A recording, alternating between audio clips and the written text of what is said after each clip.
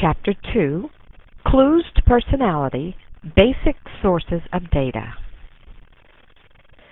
Personality is within an individual. It cannot be seen but only inferred from clues called data. These data consist of outward manifestations of personality, like daily natural behavior, answering of questions, or reactions under lab conditions. One piece or type of data, just like one piece of a puzzle, is inadequate to encompass the definition of personality. You have to gather as many pieces as you can and fit them together into a convincing, coherent picture of an individual's personality. Personality psychologists have to pay attention to all clues, being careful not to ignore any. But at the same time, personality psychologists have to be skeptical and not assume that all clues mean something. Some may be totally irrelevant or at best misleading. All science begins with observation and data. For the scientific study of personality, 4 kinds of data are available, summarized by the acronym SILB, SILB. Each of these 4 has both advantages and disadvantages.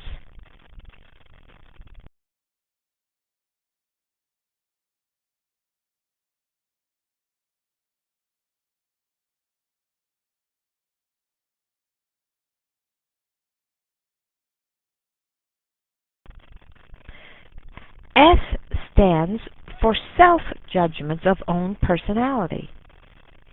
S data are acquired in questionnaires and surveys and scales. Data collected by asking a person's direct opinion of himself or herself are called S data and are the kind of data most used.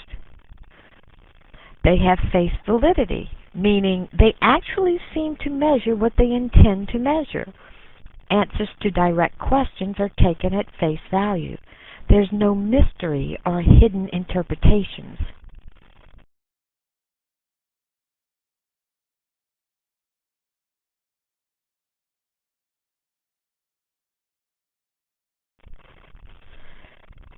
The advantages of S data are 3. Number 1, each person is the best expert about himself or herself. No one else is around all the time in all kinds of settings and situations, plus no one else is privy to inner mental thoughts and feelings.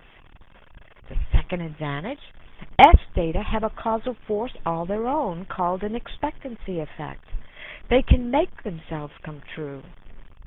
What you believe to be true about your talents and capabilities, your self-efficacy, greatly affects what you attempt to do and what goals you set. The third advantage, S data are simple and easy to collect. They are cost-effective since questionnaires do not cost that much compared to other types of research. The disadvantages of S data are, first, some people cannot or will not tell about themselves. Maybe it's due to a desire for privacy, or memory failure, lack of insight, or repression, but some cannot or will not talk about themselves. Others exaggerate their abilities and deeds too much. This is number 2. Narcissists would fall here. And the third disadvantage of S data, they are too easy to obtain, so they are used too much, excluding other kinds of data.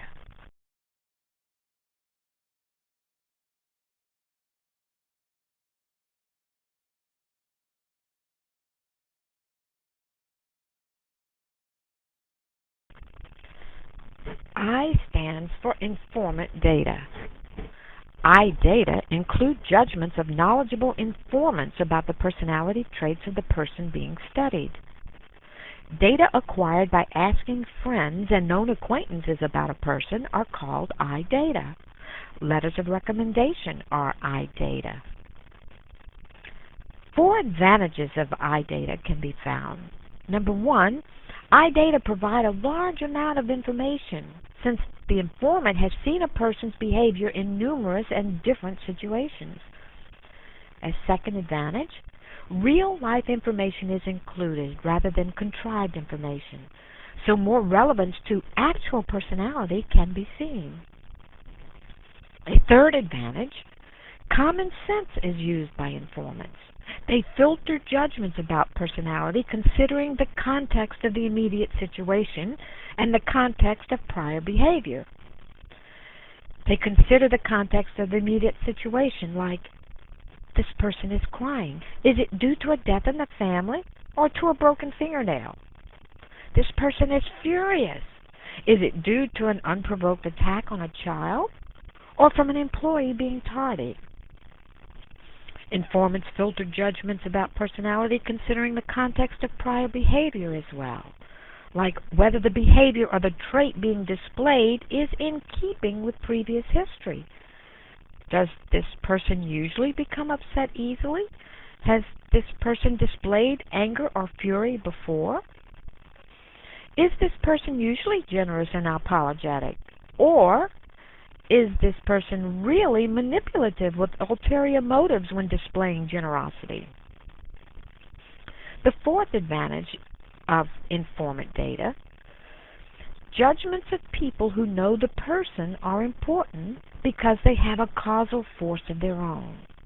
Opinions of people with whom a person interacts with on a daily basis determine reputation.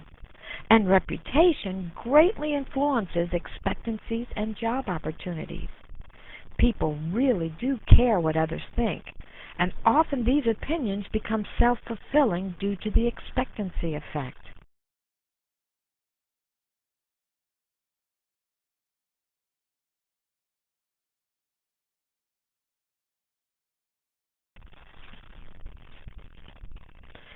There are three disadvantages of iData. The first, there is limited information because no informant knows everything about another person. They have limited information because their information is limited to a specific setting, like an office or church or neighborhood, spa, restaurant, store, party. People act differently in these different settings, so that you cannot necessarily generalize behavior found in one setting with behavior found in another. The information is limited because an innermost view of personality is usually kept private and not shared with many others. This includes private fantasies, hopes, dreams, and fears. A second disadvantage of iData is error. Memory is finite. Is the informant subject to forgetting? And memory recall may focus on the sensational. Is the informant only remembering the more colorful, unusual, or extreme behaviors? I'll come back with an example once I've given you the third disadvantage of iData. Bias. Informants' judgments can be biased or lack common sense. Does the informant despise, love, or compete with the person? Does the informant have sexist or racial biases that may alter judgment? And for the example I promised you about error, memory being finite, and an informant recalling more sensational items, my mom has an experience that she recalls. It happened in the Superdome. And for those of you familiar with the New Orleans Superdome, you know that the women's bathroom had entrance and exit doors. Well, my mom was with a friend and was standing in this long line. She was feeling very sorry for the lady ahead of her, a young pregnant woman, and it's much more difficult to stand in a long line when you're expecting a baby. My mom noticed two young women going in the exit door, cutting in front of everyone. So she told her friend, just a moment, I'll be right back. And she approached the women. They had not cleared the door yet. And she asked them, "Where do you think you're going?" And they replied, "To the bathroom." My mom told them, "Well, look at all these people in line. You can't cut in front of everyone." Well, one woman turned to the other young woman and said, "Don't pay attention to that old bat. Come on." To which my mom replied, "If you want to live long enough to become an old bat, you better get your behind in line like everyone else." So while she was arguing with one, the other one went in. Mom noticed it, my mother noticed it, gave her time to get in there, and then left the woman that she was arguing with and went in the exit door to find the other person who had snuck in. She saw her shoes from under the stall. She stormed in, pulled the lady off the commode in midstream by the hair of the head. The woman finished on the floor and was, to say it slightly, was very upset. In the meantime, her friend ran to get security. Security officers came back, interviewed the two angry young women, interviewed Mama, and interviewed some of the people standing in line who verified what Mama had told them. "What are you going to do? What are you going to do to her?" these young women asked. To which the security guard answered, after looking from one to the next and to the crowd, "I suggest that the next time you break in line in the Superdome, you make sure that this lady is not standing there." End of story. Now, all those people watching probably remember that incident. And I would dare say my mama's friend remembers that incident more than maybe some others. So indeed, our memory is finite, and we do tend to focus on the sensational. So the disadvantages of eye data: limited information, error, and bias.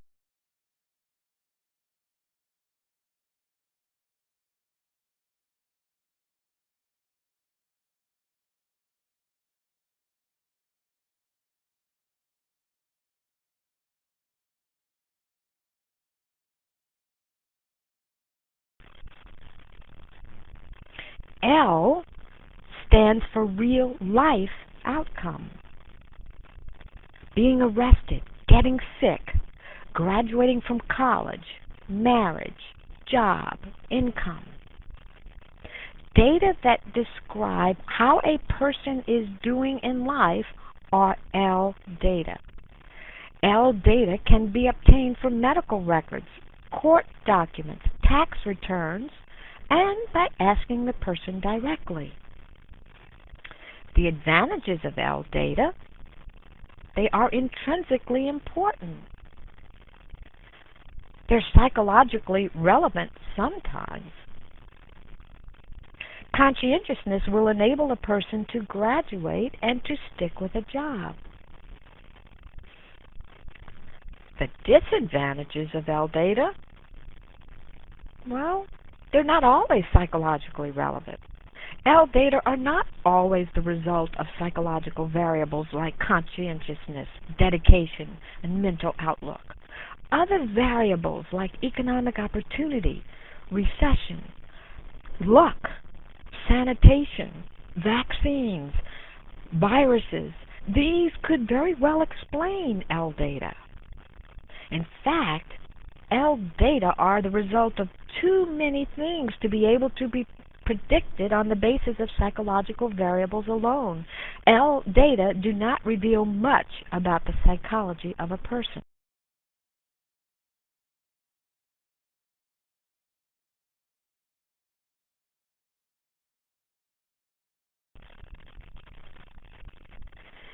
B stands for behavior data that are directly observed.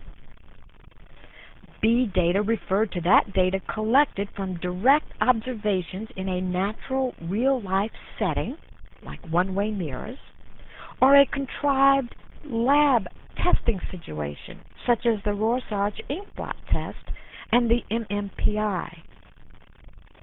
Data collected by directly watching what a person does is called B data, and it can include diaries which record daily observations made by self. B data also include different kinds of behavior that might not occur in normal life but be triggered by lab situations or settings. Autonomic nervous system behavior can be measured and would be considered B data. Included are physiological measures like blood pressure, respiration, galvanic skin response or sweating, plus CAT scans and PET scans. The difference between S data and B data, the B data that you get from personality tests, are these. S data. Psychologists ask a question in order to know the answer, to believe. These are direct self-reports. B data. Psychologists ask a question to see what you will answer, to interpret. Self-descriptions are treated as samples of behavior. The MMPI and the Rorschach test produce B data.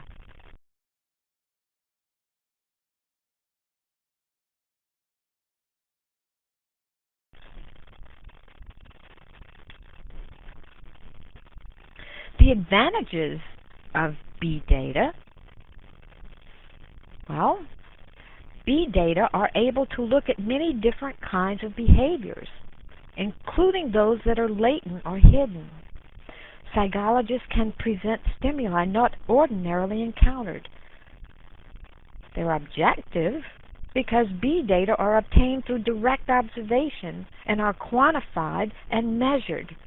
So these are the advantages.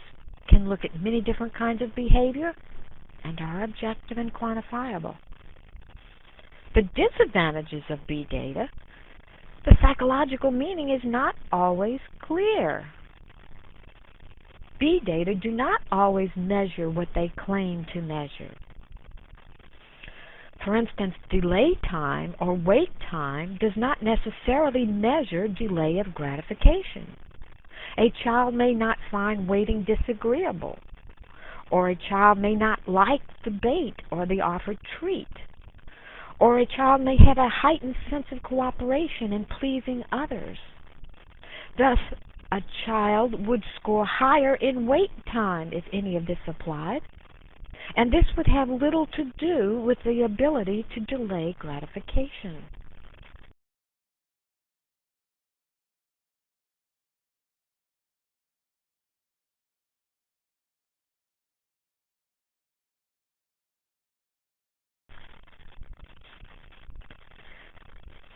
All four kinds of data, S, I, L, and B, should be gathered and compared because each of them is valuable and each is potentially misleading as well. Personality psychology gathers all four types of data. The other subsets of psychology gather only B data.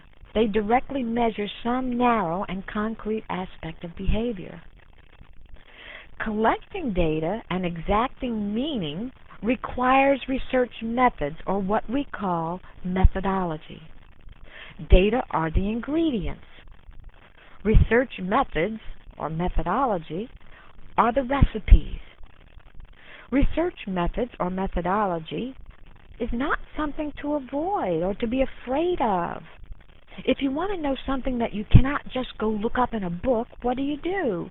You observe the something systematically and record what you see meticulously, analyzing the results in a structured, organized way.